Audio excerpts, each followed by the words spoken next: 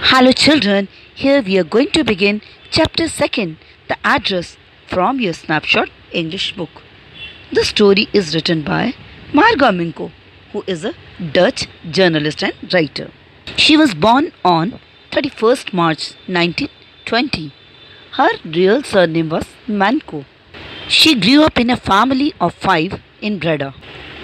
Unlike her siblings and parents, she went into hiding during World War II. In 1957, she made her debut as a writer with a book, Hot Bitter Truth, that means bitter herbs. This is the laconic and devastating story of a young girl who escapes through a back door when her family is arrested and ultimately discovered that she has lost everyone close to her. This book got a great success in their own country and abroad. She was conferred with many literary awards and prizes. One of the most important Dutch literary award that was honored to her, that was PC Hoof Prize in the year 2019. The jury praised her to be the author of a modest and intensively powerful body of work. Now let's read the feelings of this writer in this chapter, Address. Children, let's get the overview of this chapter. This chapter, Address, is based on the story about the human predicament that follows the pre-war and post-war period. In this account, narrator has shared one of the most precious but painful moments of her life. She described how her mother, Mrs. S., who was the rich, kind but trusting lady. During the emergency, her mother had to lose everything, even she had to migrate from her own country. But luckily, she had given the address of her friend to her daughter so that she could collect all her fondled belongings back from her friend. Next in the story, it is explained in the post-war period, when things returned to normal, the narrator became curious about her mother's possessions that were stored at her friend's house. On reaching there again, this time she got the chance to meet Mrs. Darling's daughter. The girl later went inside. But on reaching inside, she found her mother's belongings being kept and used in such an improper manner. The girl lost her emotional attachment to them. She thought and felt sad how things appeared to lose their worth in the absence of their true honor. Therefore, she finally decided to leave those things theirs and wanted to forget this address forever from her mind. After passing some time, the narrator again became curious to touch, to see, to feel, and remember her mother by bringing those fondled things back to her house.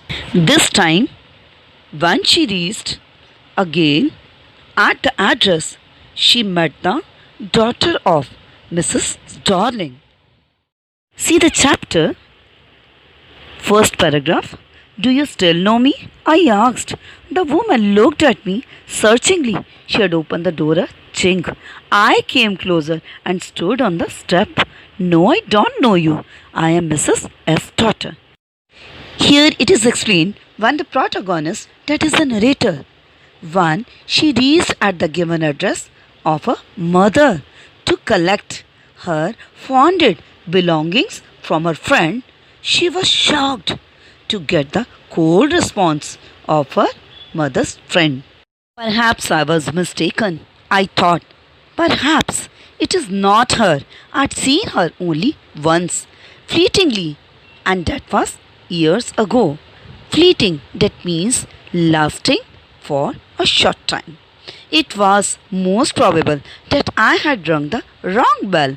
The woman let go of the door and stepped to the side. She was wearing my mother's green knitted cardigan.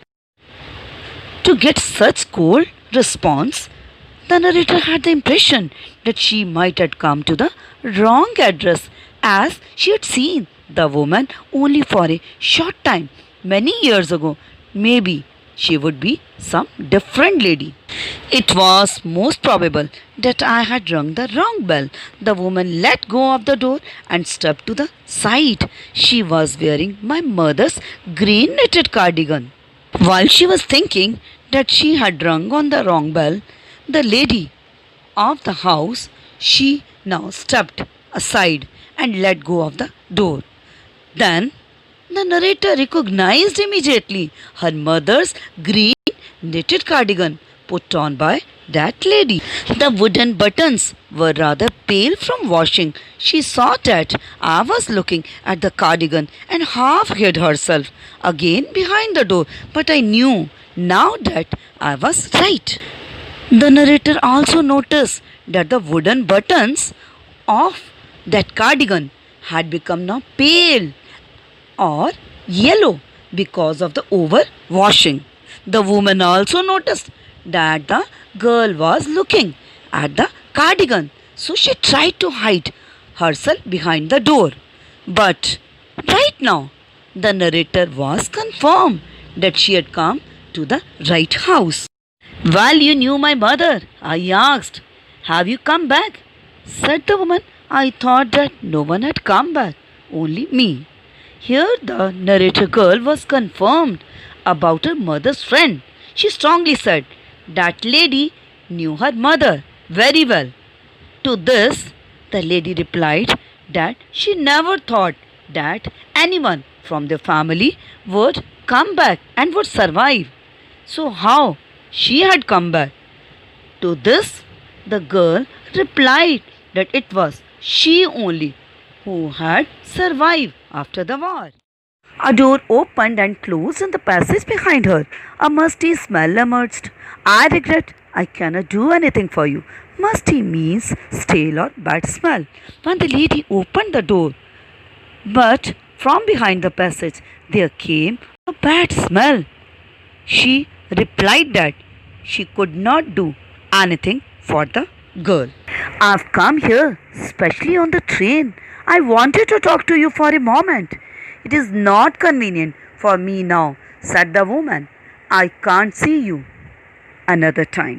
After refusing her, the lady very cautiously shut the door so that no of her family member should be disturbed with the presence of this guest.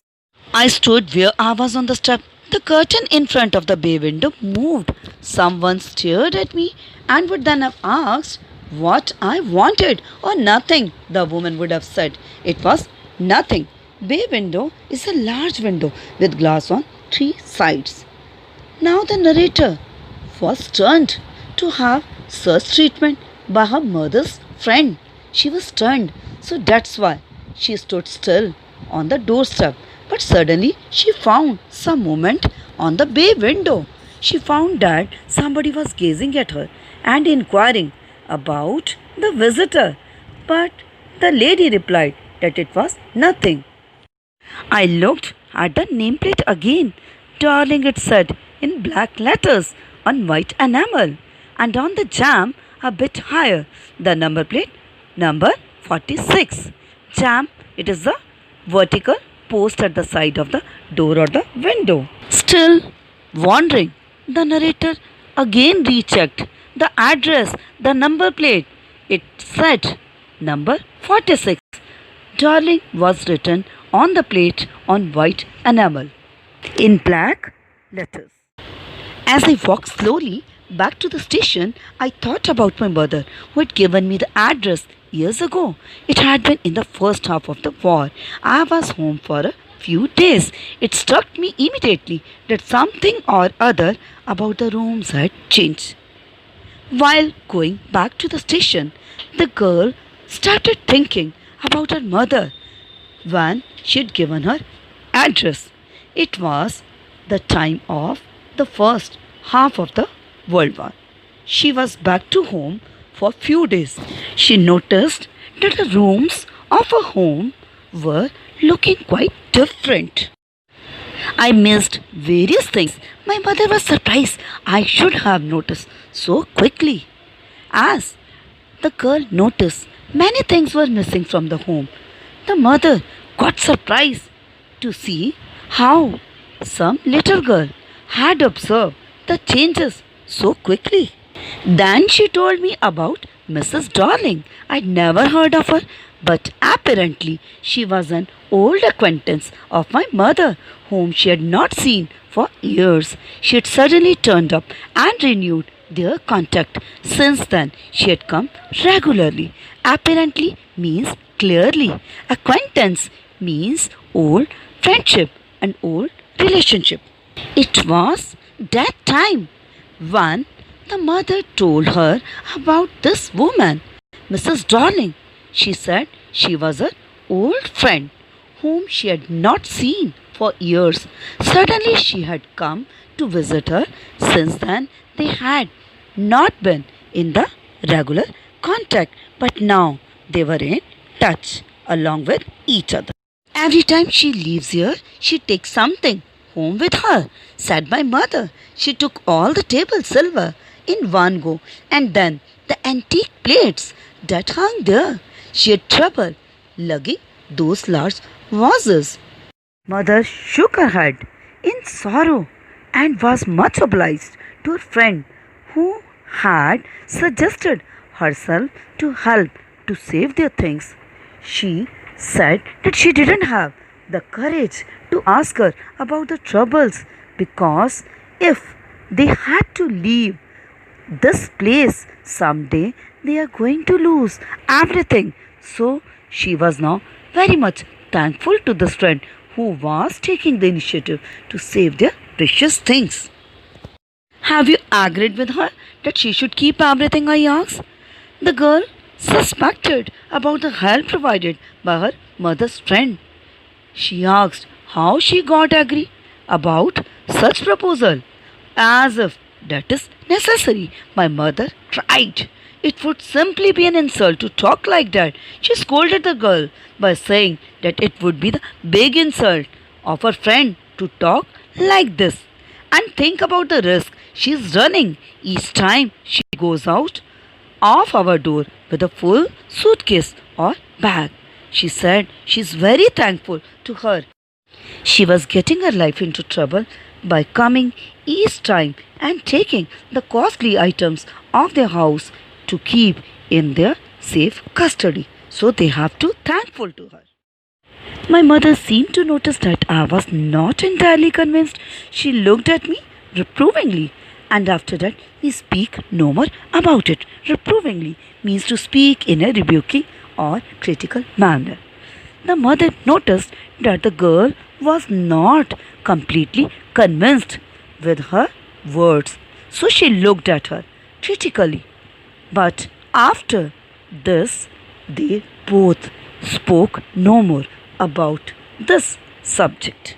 While I had arrived at the station without having paid much attention to things on the way, I was walking in familiar places again for the first time since the war, but I didn't want to go further than was necessary. I didn't want to upset myself with the sight of streets and houses full of memories from a precious time.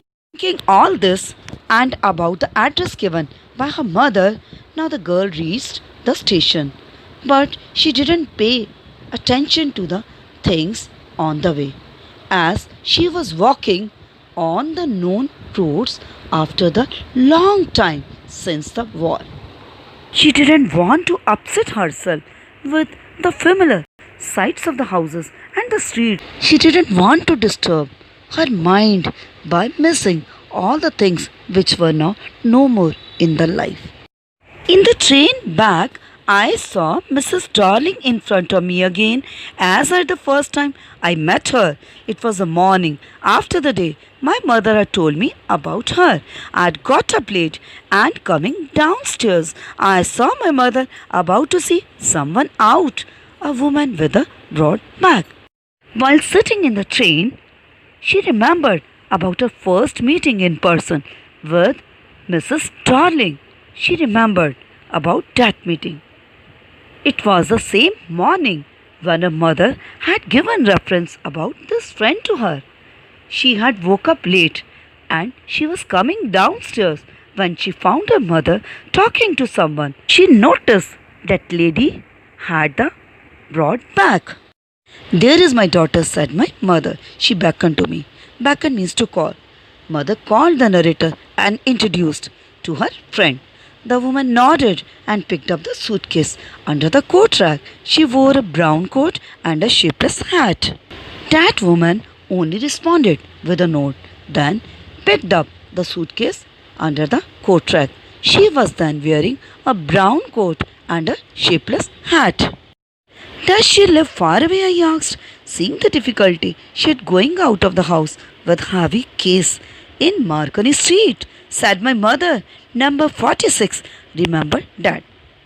While seeing her picking the heavy suitcase, the narrator girl inquired from the mother, is she live far away? The mother replied only to remember the address, that is Marconi Street, number 46. So that was the day the narrator said I got the address of Mrs. Darling and remembered in my mind. I had remembered it, but I'd waited a long time to go there. Initially, after the liberation, I was absolutely not interested in all that stored stuff, and naturally, I was also rather afraid of it. Liberation means freedom. The girl here mentioned that she had learnt the address given by her mother of her friend thoroughly in her mind, but she took a long time to visit that place, as after the freedom of her country in the beginning, she was on one hand not interested in the old stuff,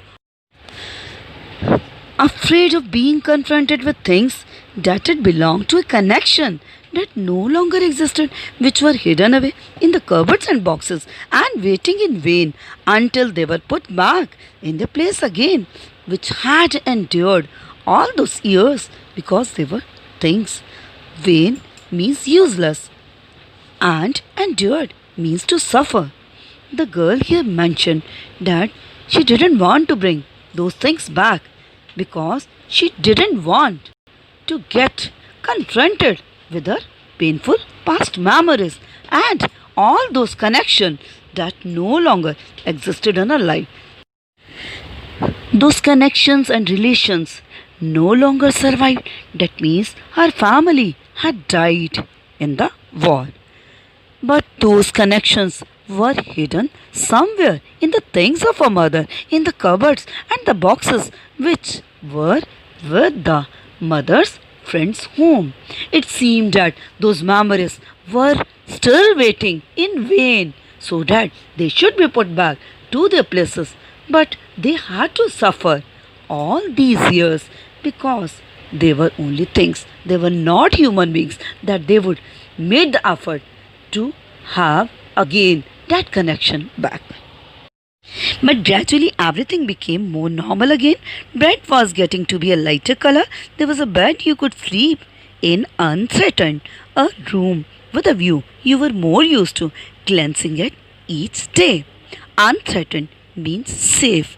Glancing, that means to look sharply. Here the girl explained.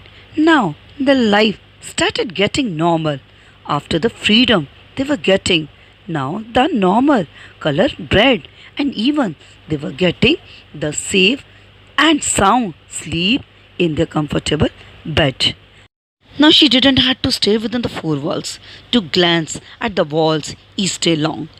And one day I noticed I was curious about all the possessions that must still be the address. I wanted to see them, touch, remember.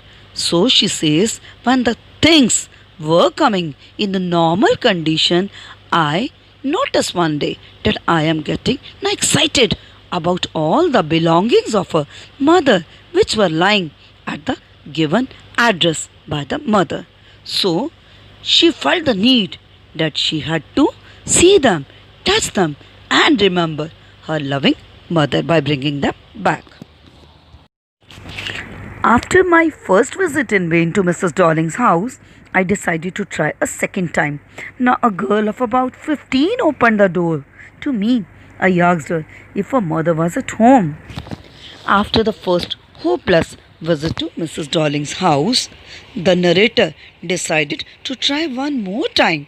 But when she reached there, this time she met a girl of 15 years who opened the door for her. The narrator asked her about her mother, whether she was at home. No, she said, my mother's doing an errand. No matter, I said I will wait for her. Errand, that means working trip. The girl replied that her mother was outside and had gone for some errands, to which the narrator decided and replied that she would wait for her. I followed the girl along the passage. An old-fashioned iron Hanukkah candle holder hung next to a mirror. We never used it because it was much more cumbersome than a single candlestick. Hanukkah is the Hebrew festival. That means feast of festival. It falls in the month of December. Cumbersome. That means unmanageable. When the narrator was falling Mrs. Darling's daughter along the passage, she found on the way there was hung an old-fashioned iron Hanukkah candle holder next to the mirror. She remembered how the family never used such big and heavy candle holder because it was quite difficult to manage such a big candle holder than to maintain a single candlestick. "Won't you sit down?" asked the girl. She held open the door of the living room and I went inside past her. The girl asked the narrator why she is not sitting. She had opened the door of the living room and asking the girl to come inside. I stopped horrified, but the narrator now stopped and got frightened to see the things which were surrounding her. She was surrounded by the things in the room which she knew but didn't know anything. I found myself in the midst of things I did want to see again, but which oppressed me in the strange atmosphere. Oppressed, that means suppressed or saddened someone. Here the girl said she was standing in the midst of the things which she wanted to see again and again, but here she wanted to ignore them because she was overburdened to see there. That means, though she was standing in the unknown room, but she knew everything about this room because they were lying her mother's belongings. I found myself in the midst of things I did want to see again, but which oppressed me in the strange atmosphere. Oppressed here means to get saddened. The girl said she was standing in the middle of things which she wanted to see again and again, but the thing which now saddened her due to the mismanagement, the way which they were kept in this room, or because of the tasteless way everything was arranged, because of ugly furniture or the muggy smell that hung there. I don't know, but I scarcely dared to look around me. Muggy smell means humid smell. The girl here mentions maybe because of the tasteless way the things were arranged there, or the ugly furniture, or the humid smell that was spread all over there. She didn't have the courage to look around her and have the sight of all those things. The girl moved a chair. I sat down and stared at the woolen tablecloth.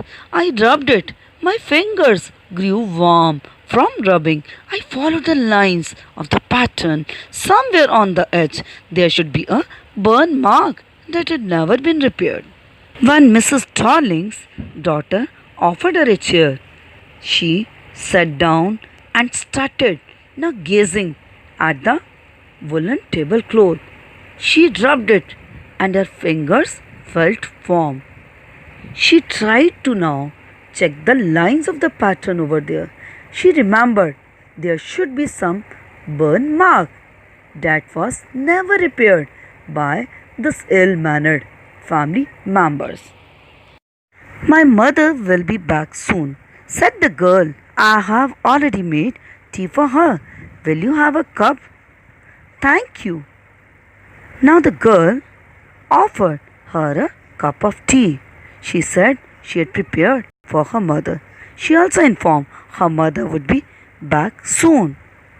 At this offer, the narrator thanked the girl. I looked up. The girl put cups ready on the tea table. She had a broad back, just like a mother. She poured tea from a white pot. All it had was a gold border on the lid. After the observation on the burnt mark of the tablecloth, the narrator looked up. She found Mrs. Darling's daughter. She was putting tea in the cups on the tea table. She observed that the daughter too had a broad back just like her mother, and she noticed the teapot from which she was pouring tea. It had a golden border on the lid. Still, she remembered the golden border on the lid of the teapot as it belonged to her mother and her family. Next, she saw the girl was taking some spoons out of the box. That's a nice box. I heard my own voice. It was a strange voice, as though each sound was different in this room. Now the narrator wanted to compliment about this beautiful box of the spoons. She found her own voice seemed to be quite different and unknown, just like the other things of her own family, sounding and looking quite different here. Oh, you know about them? She had turned round and brought me my tea. She laughed. My mother says it is antique. We have got lots more. She pointed round the room. See for yourself. I had no need to follow her hand. I knew which things she meant. I just looked at the still life over the tea table. As a child, I had always fancied the apple on the pewter plate. Pewter plate is a plate made of grey alloy of tin. The girl was turning around and going to bring her tea. She asked the narrator if she knew about the box. Then she also informed that it is an antique box according to her mother. She wanted to eat in them, thinking them to be special, but after eating, she found nothing special. I had found the burn mark on the tablecloth. The girl looked questioningly at me. During this talk, the narrator started observing again the burn mark on the tablecloth. Right now, Mrs. Darling's daughter noticed at her with the question. Yes, I said. You get so used to touching all these lovely things in the house, you hardly look at them anymore. Right now, the narrator tried to hide her feelings and wanted to cover up. So she said, of course, they didn't think anything to be special as they are so rich and used to touch all the beautiful things of their house, so they hardly notice anything about them. You only notice once something is missing because it has to be repaired or because you have lent it. For example, the narrator said that she feels that only the family remember and notice about the things when they got missed or it need to be repaired or if they lent it to someone else. Again I heard the unnatural sound of my voice and I went on. I remember my mother once asked me if I would help her polish the silver.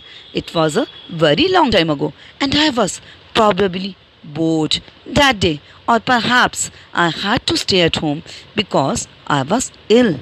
As she had never asked me before, I asked her which silver she meant and she replied, surprise, that it was the spoons, forks, and knives. Of course, and that was a strange thing. I didn't know the cutlery we ate of every day was silver. Cutlery means tablewares like knives, spoons, forks used for eating and serving the food. Right now, once again, the narrator found her own voice to be very unknown and unnatural in this weird atmosphere. But she continued. Now she shared one experience of her life with this girl. She said once her mother asked her if she would help her polishing the silver items of the house. She said this was the incident happened a long time ago. And that day she was getting bored at home. She had to stay. That day might be the reason she was ill. She asked her mother, surprisingly, what silver items she was talking about. Her mother then informed it was the spoons, knives, forks. She never knew that they were made of silver metal, but they were using this cutlery daily in their home. The girl laughed again. I bet you don't know it is either. I looked intently at her. What we eat with? She asked. Well, do you know?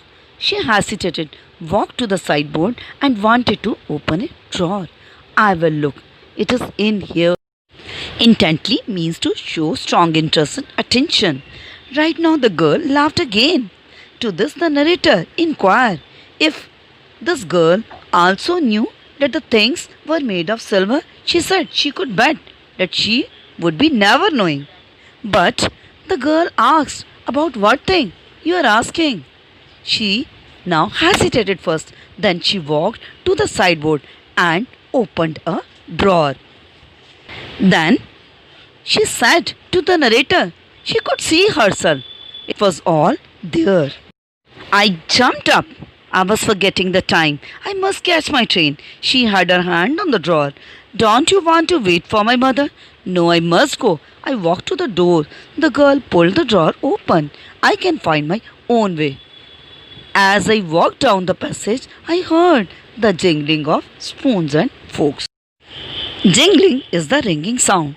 Now the narrator got nervous to see all this. She jumped up in excitement and said she was forgetting the time and she had to catch the train. The girl inquired that if she was not going to wait for her mother. To this, the narrator replied with no. She said she had to go as she was getting late. But the girl pulled the drawer open. The girl pulled the drawer open, but the narrator said she had to go and she would find her own way. As I walked down the passage, I heard the jingling of spoons and forks. While she was walking down the passage, she heard the ringing sounds of spoons and the forks that may be reminding and calling her, as they were all belongings of her mother. At the corner of the road, I looked up at the nameplate, Marconi Street, it said. I had been at number 46. The address was correct. Right now, when the girl reached the corner of the road, she again looked up at the nameplate of the house. It was Marconi Street, she read, and she had been to this house number 46 and the address was correct. But now I didn't want to remember it anymore. But this time, she doesn't want to remember this address anymore. I would not go back there because the objects that are linked in your memory with the familiar life of former times instantly lose their value once severed from them. You see them again in a strange surroundings. Severed means cut off here. But now she didn't want to get back as the things there would remind her of the memories linked with the familiar life of her old times. But the things lose their values when they are separated from you, and if you see them again in the strange environment, you. But she didn't want to go back as the things lying there would remind her of her memories, which are linked with the familiar, painful life of her old times. She said, the things lose your values when they are separated from you, and when you see them again in the strange environment, you feel that they have lost their value to your past. And what should I have done with them in a small rented room where the shreds of blackout paper still hung along the windows and no more than a handful of cutlery fitted in the narrow table drawer? She consoled her mind by thinking what she would do of all this old stuff in her small rented room where blackout paper hung over the window in place of the costly curtains, and there would be no use of the cutlery that is fitted in the narrow drawer in her home now, as she was alone and was not that much rich. I resolved to forget the address of all the things I had to forget. That would be the easiest. Thus, finally, she resolved in her mind to forget this address as it would be the easiest. Hence, the address which was so important for the narrator at the beginning of the story, now at the end, she wants to forget it forever, as she thought if she would take all these things, they won't remind her about her loving mother, but they would remind her about this selfish, uncharitable Mrs. Darling. So it was better that she should break up from the past and move on with the present into the future. So better she should forget this address.